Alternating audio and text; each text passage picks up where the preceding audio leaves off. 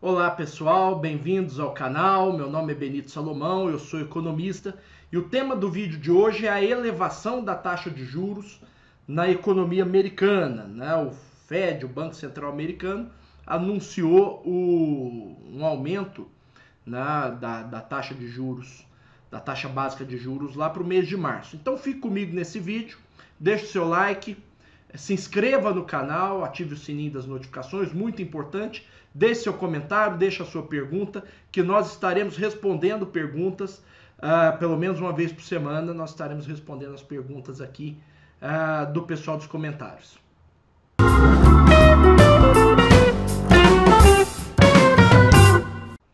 Então é isso, pessoal.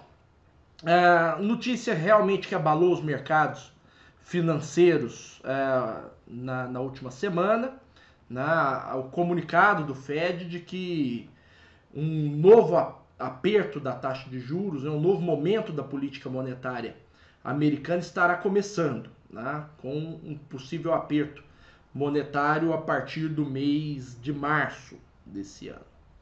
Bom, vamos contextualizar a coisa, né? O mundo passou por um período longo, no meu entendimento até, chamado de Zero Lower Bonds, né? O que significa basicamente que as taxas nominais de juros nos países avançados, né, zona do euro, Estados Unidos, Japão, Canadá, estiveram muito próximas de zero.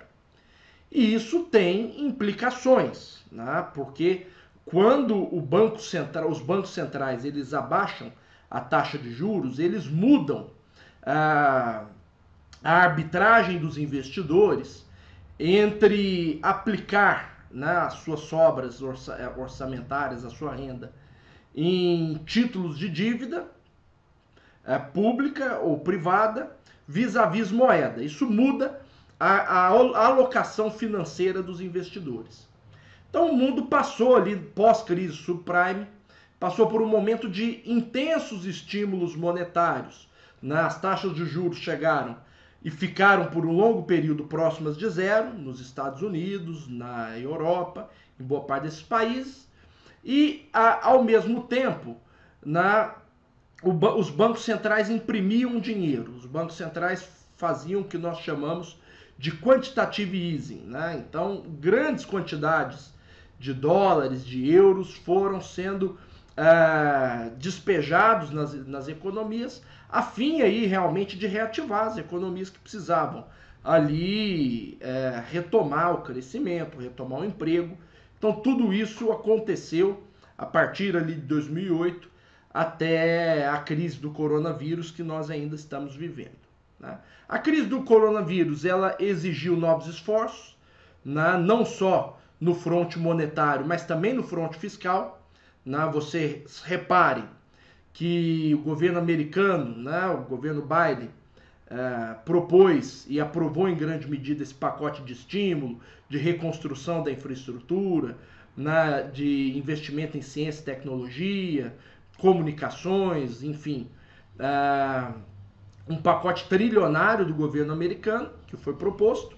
Vocês reparem que um estímulo desse não é pouca coisa, né? São coisa de 6 trilhões em 10 anos a serem injetados pela política fiscal na economia americana.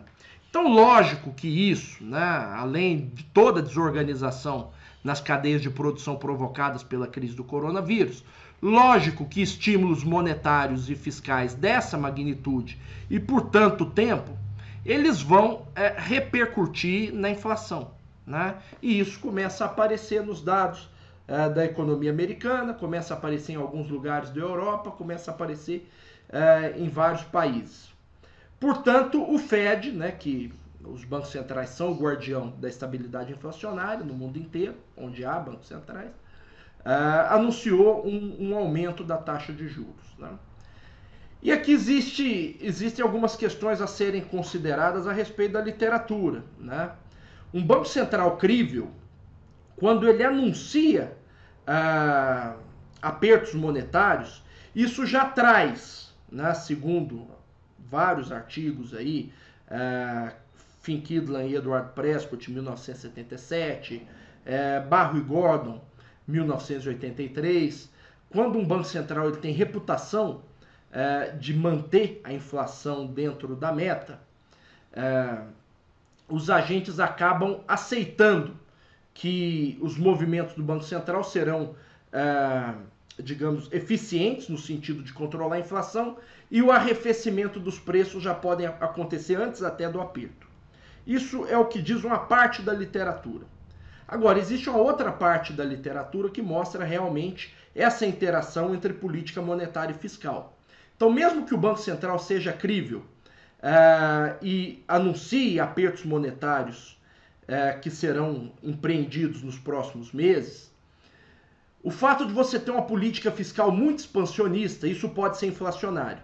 E aí existe uma série de trabalhos aí, como o trabalho de dominância fiscal do Thomas Sargent, né, que é Nobel de Economia, como o trabalho do Christopher Sims sobre teoria fiscal de nível de preços, no qual, mesmo que o Banco Central eleve a taxa de juros, o fato de você ter estímulos de gasto público coexistindo nessa economia ao mesmo tempo, podem aí neutralizar os efeitos da política monetária. De forma que é prematuro dizer ainda qual será a persistência da inflação americana nos próximos meses e, portanto, onde o movimento de alta da taxa de juros nos Estados Unidos poderá terminar, entendeu? Se isso vai terminar em 2%, se isso vai terminar em 3%. A inflação americana hoje ela está rodando na casa de 5,7%, né, acumulada em 12 meses. Então, o ideal, a meta implícita do Banco Central americano é uma inflação de 2%. Então, nós precisamos saber qual a magnitude do choque monetário que o Banco Central precisa fazer para guiar essa inflação de volta para a meta. É lógico que guiar uma inflação de volta para a meta, tendo credibilidade, é muito mais fácil do que não tendo. Então, esse é um outro ponto que precisa ser colocado em mente. Mas é bem possível que o mundo tenha abandonado de vez esse momento que coexistiu nas últimas décadas de taxas de juros próximas de zero. E aí nós temos implicações que não podem ser negligenciadas para a economia brasileira, né? Um primeiro ponto é que juros mais altos na economia americana, eles pressionam, em primeiro lugar, a taxa de câmbio na economia brasileira, que já vem extremamente depreciada. Aliás, isso é uma questão da literatura, né? Questão de paridade internacional de taxa de juros.